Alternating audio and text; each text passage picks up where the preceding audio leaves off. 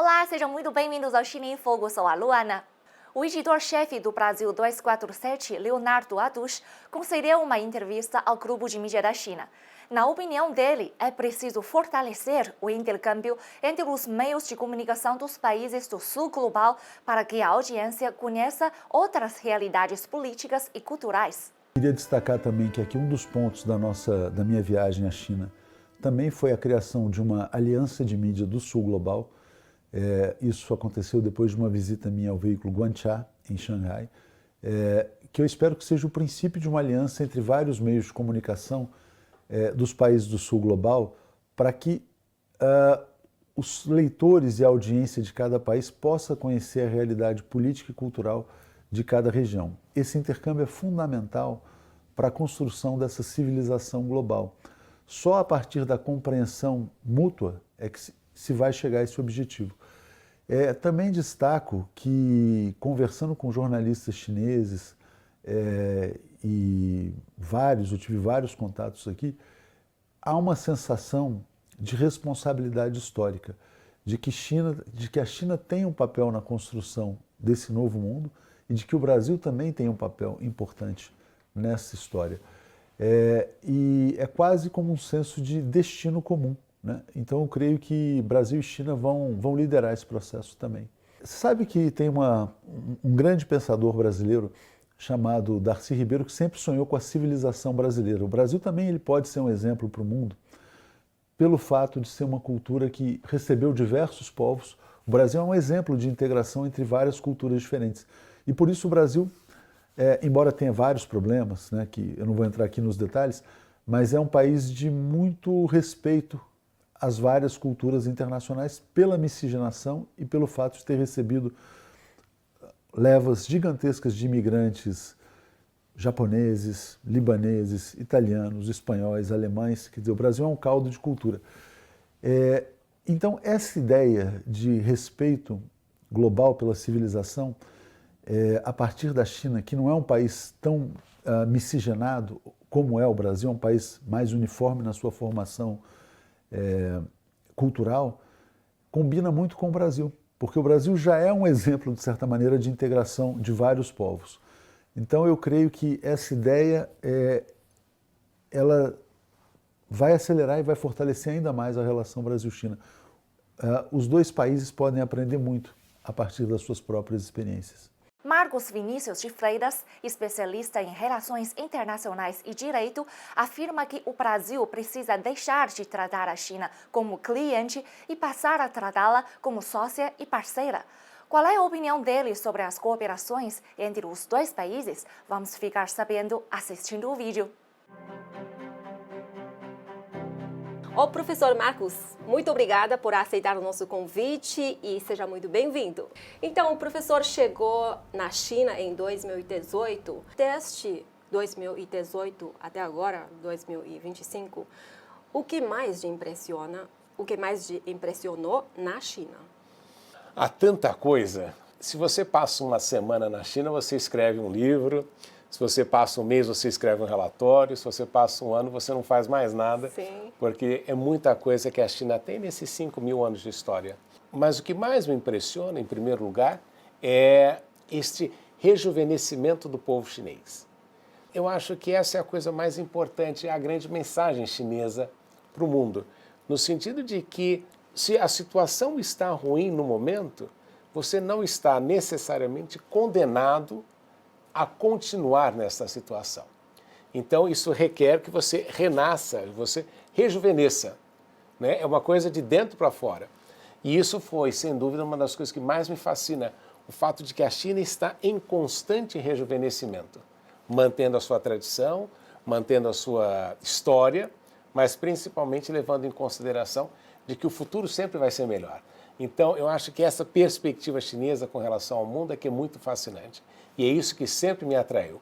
Obviamente, a gente pode falar de tecnologia, de crescimento econômico, o fato de que a China se tornou um país totalmente industrializado, mas esta característica humana do rejuvenescimento é que realmente sempre chamou muito a minha atenção. E em relação ao Brasil, diante das grandes mudanças, né, no cenário internacional em termos de economia, geopolítica e social. Como Brasil e China podem colaborar para os respectivos crescimentos e transformações? Eu sempre afirmo que o Brasil precisa deixar de tratar a China como cliente e tratar a China como sócia, como parceira. Na questão agrícola, os americanos, uma das pautas do presidente Trump justamente é essa, de aumentar a venda de produtos agrícolas norte-americanos para a China. E o concorrente primeiro da China é o Brasil. Nesse processo todo, o grande concorrente dos Estados Unidos na China é o Brasil. Então, quando ele fala de incrementar a relação bilateral com a China, ele fala de produtos agrícolas. Então, você vê os brasileiros falando, opa, a gente precisa fortalecer esse relacionamento com a China, não é? E isso é fundamental. A segunda coisa que eu sempre gosto de afirmar é que o Brasil é um parque de diversões para a China na questão de infraestrutura. O Brasil precisa muito de infraestrutura. E não é só repensar os nossos projetos de infraestrutura.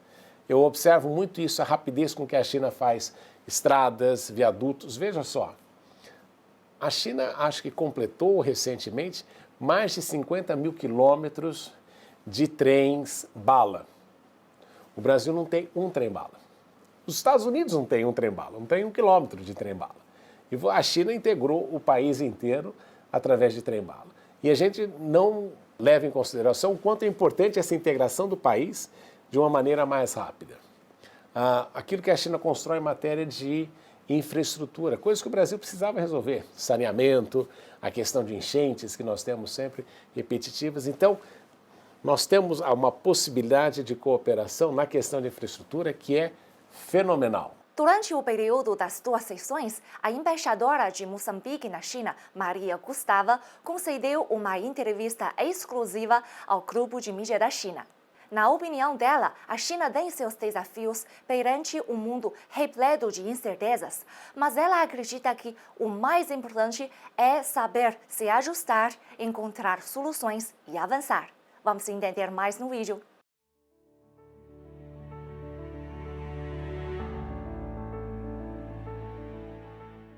Eu vejo como projeções realísticas, porque a China tem os seus desafios a nível interno, tem os seus desafios a nível internacional. Olha, que todos nós temos esses desafios. Estamos a viver num mundo de incertezas, um mundo com vários problemas estão a acontecer e, por exemplo, acordamos hoje, aconteceu isto, aconteceu aquilo, que às vezes é difícil prever o que vai acontecer dentro de 5 minutos no mundo. Hoje em dia é muita incerteza. Mas aquilo que estamos a ver é que a China, por isso que determinou que são números muito realísticos e quer manter os 5% que foi o mesmo do ano passado, mesmo o número do emprego, que são os 12 milhões, que foi o mesmo. Isso é ser realístico, não ser muito ambicioso. Mas também, ao mesmo tempo, nós podemos ver que a economia está se consolidando, está a sair da quantidade para a qualidade, aquilo que é o que é importante, está a ficar cada vez mais resiliente e estabelecer uma base forte a nível do próprio país. E isso também tem contribuído para com o mundo, porque além de nós apreciarmos e aprender, mas também ao desenvolvimento, os números positivos que aparecem também têm um contributo para a economia global. E como nós sabemos, a economia chinesa que dá muitos produtos através de exportação. Exporta muito para... como pode ver, só o ano passado, 60% dos carros elétricos foram dominados pela China. Então, isso é um grande contributo também, não só para a economia, mas também para as energias limpas. Então, este é um contributo que tem vindo a dar. Não vou dizer que tudo é maravilhas, porque não há nada que acontece sem desafios. O mais importante é saber ajustar, encontrar soluções e ir para frente. Bom, desejo uma ótima semana para vocês. Tchau, até a próxima quinta-feira. O programa China em Foco é uma cooperação da TV Nova com o Grupo de Mídia da China.